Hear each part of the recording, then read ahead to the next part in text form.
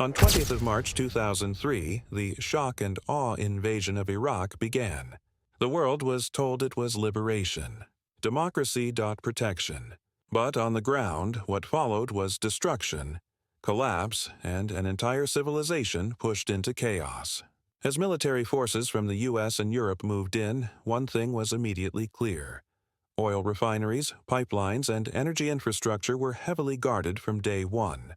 Meanwhile, Iraq's precious museums, holding artifacts 2,000 to 3,000 years old, were left unprotected.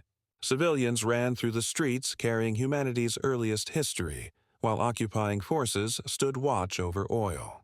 Culture didn't matter, profit did. The true death toll will never be fully known. Conservative counts from Iraq Body Count record over 187,000 documented civilian deaths from violence.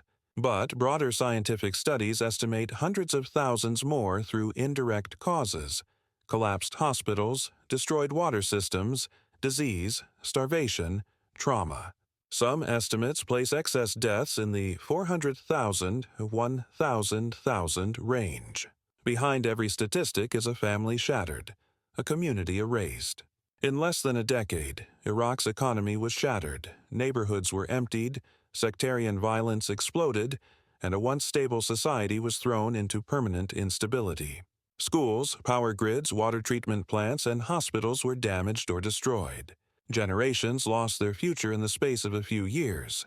This wasn't reconstruction, it was deconstruction.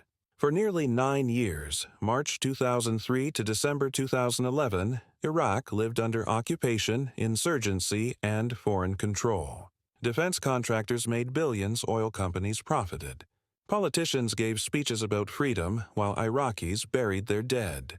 When you follow the money, the story becomes very simple. The entire invasion was justified by one phrase: weapons of mass destruction. Weapons that were never found, not one. The world later admitted the evidence was false, exaggerated, or deliberately manipulated. But by then, a nation had already been torn apart. There were no WMDs. There was no imminent threat. There was no humanitarian rescue mission. It was a geopolitical project, an agenda to destabilize the Middle East, fracture its unity, control its resources, and profit from the chaos. Modern colonialism wearing the mask of democracy. If the world forgets this truth, they'll repeat it again, somewhere else under a new slogan with the same human cost.